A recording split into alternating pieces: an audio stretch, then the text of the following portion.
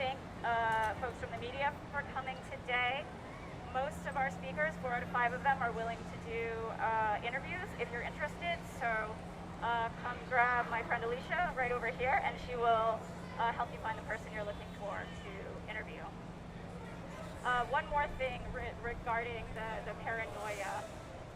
So as I said, we have spokespeople, but if a member of the press asks you for an interview, feel free to say no, feel free to say yes. I would, if I were you, ask to see their credentials to make sure that you know who you're talking to. Okay, we're not here to tone police, but this is a vigil, so it's a somber event that may be different from other events that folks have been used to.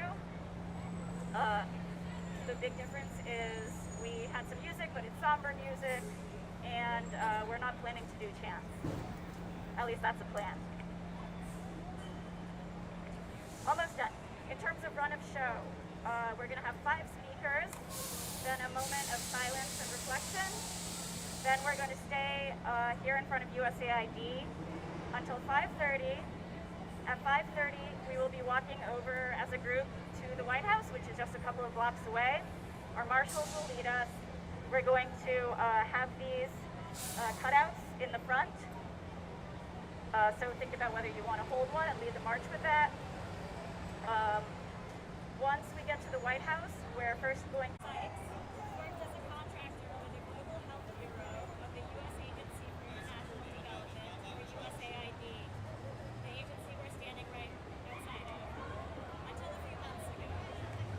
One of the things that Gershka is known for is interrupting USAID Administrator Samantha Power during a speech in January.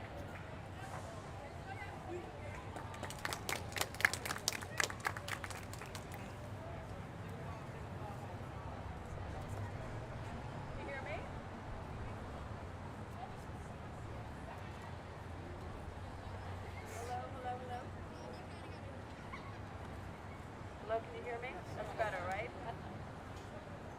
Yes, thank you all for coming out this late afternoon, and I wanted to dig back a little bit into a little bit of history, because we find ourselves here in front of the Ronald Reagan Building. So let me tell you about something that happened in 1982. The IDF was relentlessly bombing West Beirut. One evening, there were 300 casualties in West Beirut. Do you guys know who got on the phone with Begin to tell him to stop bombing Beirut? Yes, Ronald Reagan. Yes, in fact, when he got on the phone with Begin, Prime Minister of Israel, he said, here on television, night after night, our people are being shown the symbols of this war, and it's a Holocaust. The bombing stopped after 20 minutes. I never thought I'd be nostalgic for Ronald Reagan, but damn, I miss him right now. So, fast forward, we now have our supposed empathizer-in-chief from the Democratic Party, President Biden, who continues to send arms to the Israeli state unconditionally. So the world is truly upside down. As someone who left USAID after working as a contractor at the Global Health Bureau for 13 years here in Washington, D.C., I left at the end of January, but since October, I was constantly dismayed on the very muted response from the USAID leadership. In fact, what we saw within USAID was a constant double standard. The leadership would continually value Israeli and Ukrainian lives lost, and not mention the lives lost of Palestinians. In fact, in late February, administrative power, went to visit Kibbutz Be'eri, and she posted photos of her hugging survivors from the kibbutz. Photos of her in front of a destroyed building. While we mourn all lives lost, I asked Samantha Power, where are your photos? Standing with Palestinians, consoling Palestinians in front of destroyed buildings. This application of a constant double standard by the administrator has demoralized the staff, impacting the staff across the world, and specifically in the Middle East, in places like Egypt and Jordan, where folks have to confront this within close proximity. After she had that photo op at the kibbutz, where by the way, there are no USAID funded projects in Israel. After her visit to the kibbutz, the same day, we had the flower massacre. 112 Palestinians were slaughtered trying to get food for their hungry families, their starving families. And many, many, many more were injured.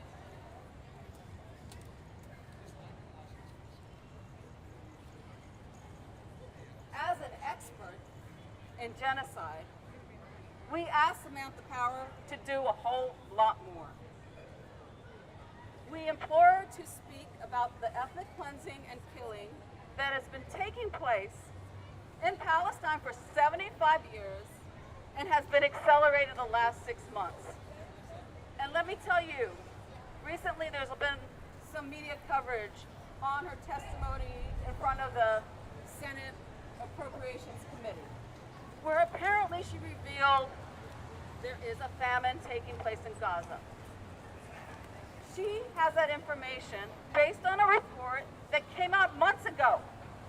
Why does it take yesterday for her to share that information? People are dying of starvation. We ask her to do more. I personally think she'd be more effective if she resigned and spoke out. Clearly she's been ineffective today, up until today. Finally, I dedicate my speech to Razan al-Najjar. Does anyone know who Razan al-Najjar is? Let me tell you about her. She was a 21-year-old paramedic who was working for the Palestinian Medical Relief Society. One day, wearing her paramedic white coat, she ran out to help a wounded Palestinian in Khan Yunis. That would be her last day alive. 21 years old. Razan was shot in the chest by an Israeli sniper. Before she was sniped, Al-Nazar and her fiancé were planning to announce their engagement and also celebrate the end of Ramadan. When do you think this killing at the hands of the IDF took place? 2018. That's why we all know this is not about October 7th, but this is about supporting Palestinian freedom after 75 years and counting of violence and brutal illegal occupation. And we will never give up until Palestinians can experience that freedom, humanity, and self-determination. Thank you.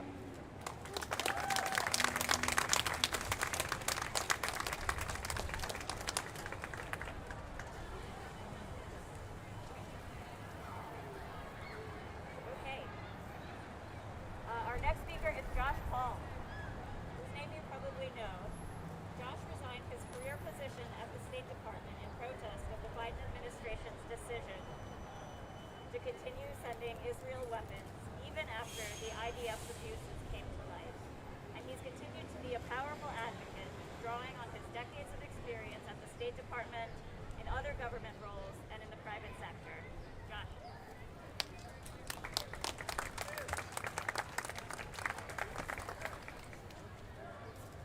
Can you hear me?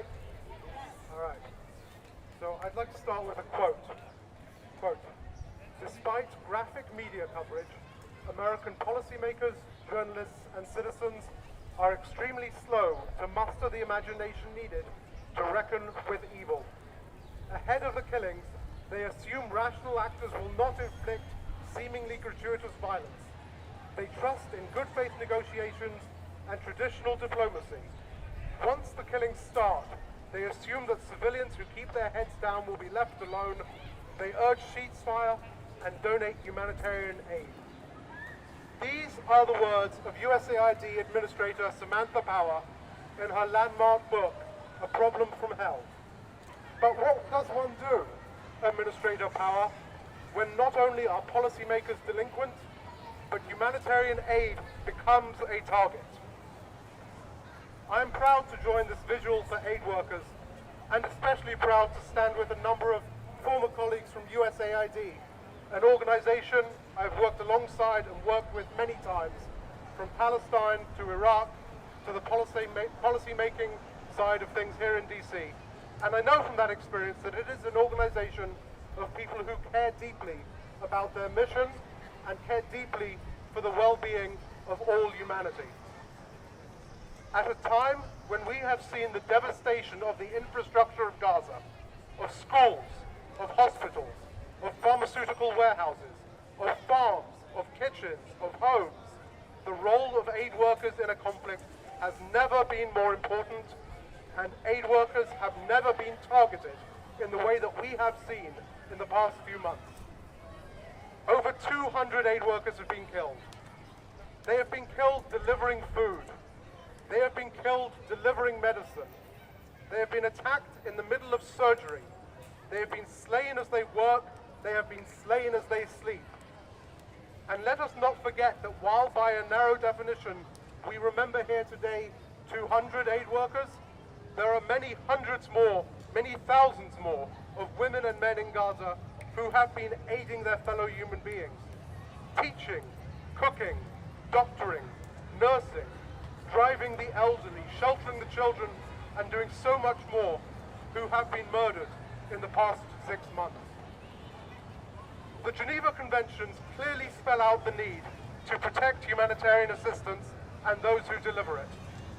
Specifically, the Geneva Conventions state that the parties to the conflict must allow and facilitate rapid and unimpeded passage of humanitarian relief for civilians in need.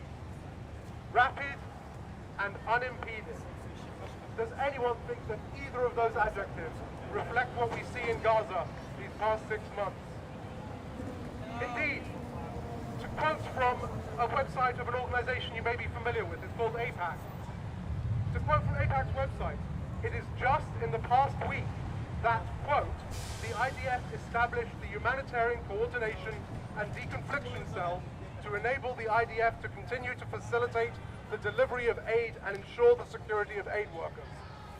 So look, first of all, the very notion that the IDF does not have a standing humanitarian deconfliction mechanism speaks volumes as to their respect for international law and contemporary military best practice, and should answer many questions as to why so many aid workers in so many pre-deconflicted sites have been killed to date.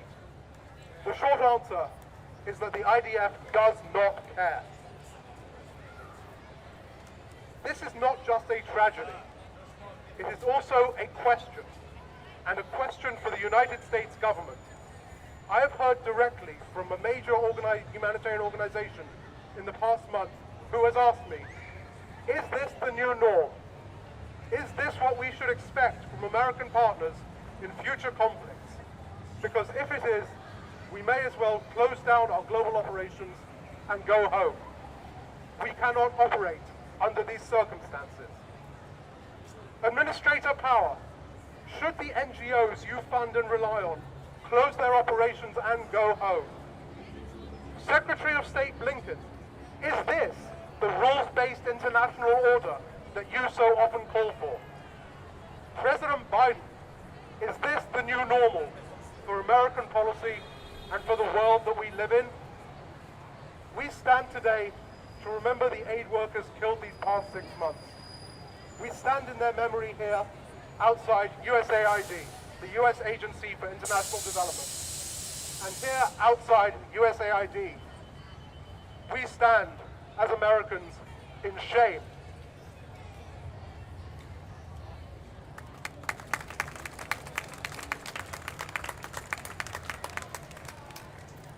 Thank you, Josh. Finally, we have Hani Verver, who has been one of the most visible activists calling for a ceasefire in Gaza and the DC area, if not the US, if not the world. Hani has organized thousands of people over the past 6 months and developed bold, attention-grabbing protests like the kibbutzes, or kibbutzim. Do you use the right word? I don't speak Hebrew. At Anthony Blinken's house and the Israeli embassy. In her career, Hani is a decorated public affairs and social impact strategist, consultant, and social entrepreneur, and has held several high-level positions at the United Nations. She's also Palestinian American.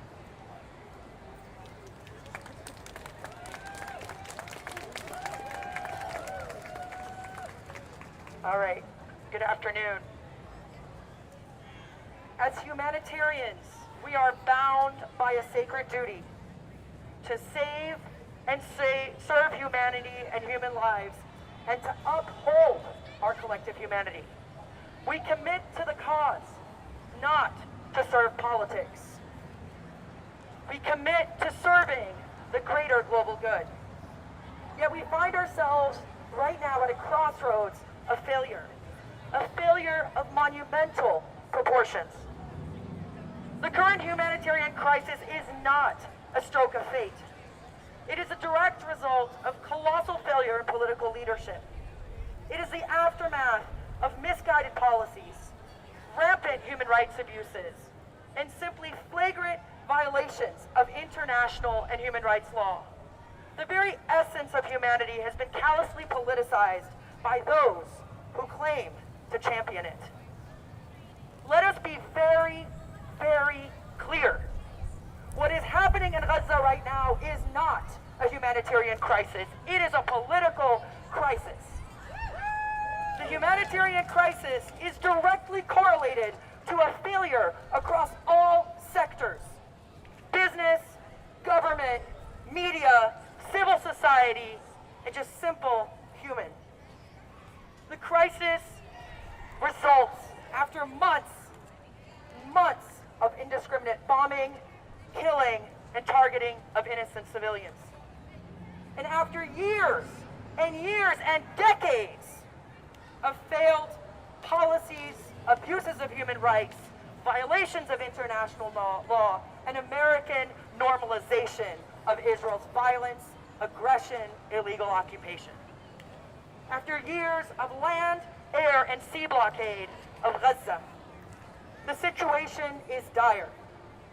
Israel, as one of the largest recipients of U.S. aid, stands accused of genocide, of blocking humanitarian aid, of repeatedly denying U.S. officials, media, and watchdogs entry into Gaza to document the atrocities. The most recent targeted attacks on the World Central Kitchen sends a very chilling and concerning message. Do not aid Gaza. Nowhere is safe, and we will target anyone who dares to help. The response from major human rights and aid organizations around the world has been unequivocal. They have condemned these actions in the strongest terms possible. Yet the United States government and its agencies continue to whitewash, justify, dilute, and circumvent the truth. In an attempt to yet again deceive, the spokesperson for the U.S. government, in recently speaking about the tragedies against the vehicles that were targeted, conveniently omitted the fact that it was 3 separate vehicles targeted in 3 separate locations. And they did not stop until they killed them all. Let us be very clear. There is no accident here. The U.S. is not simply complicit. It is directly responsible.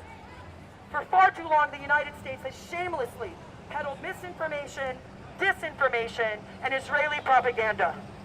The U.S. failures are many, but among them, the construction of a, and I air quote, humanitarian pier that is costing over $180 million, built with the crushed bones of Palestinian mothers and fathers and children. With machines that were never used to save the very lives that were buried under the rubble that they are using to build a pier to so-called save them.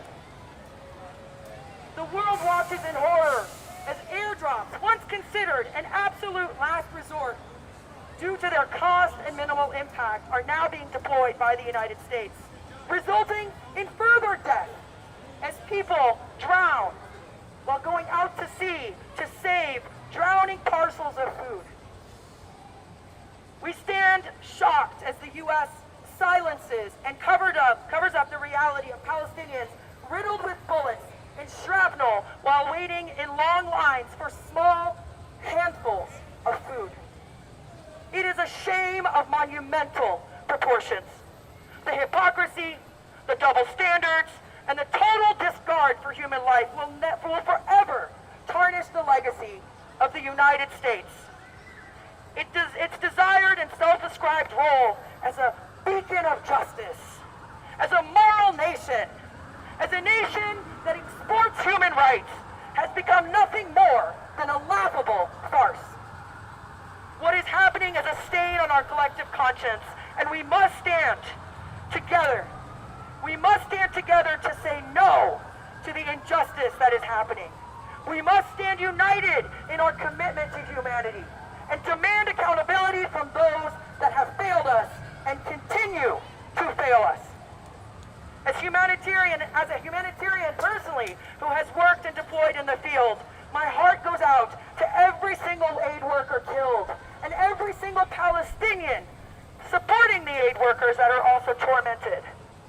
And to every single Palestinian who has paid the ultimate sacrifice for our continued political failures. We stand here to demand change. We not only demand a permanent ceasefire, an end to the siege, immediate release of all hostages, restoring aid to UNRWA, and unhindered humanitarian access to all parts of Gaza, including North Gaza. But we also need to stand here to halt Israel's ability to continue to destroy humanity with impunity. We demand immediate Israeli withdrawal from Gaza, immediate embargo of arms and weapons to Israel, and stop all unconditional aid to Israel immediately. We need to stop the transgressions that result in the humanitarian crisis.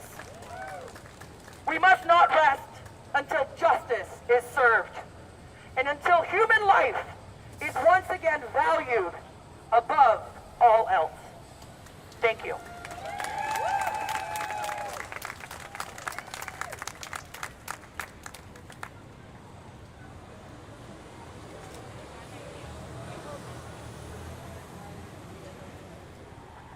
Testing. That works? Okay. Thank you so much to all of our speakers. I'm going to now ask that we spend a moment in silent reflection of what we just heard. Feel free to lay your flowers down. Let's take a moment to mourn.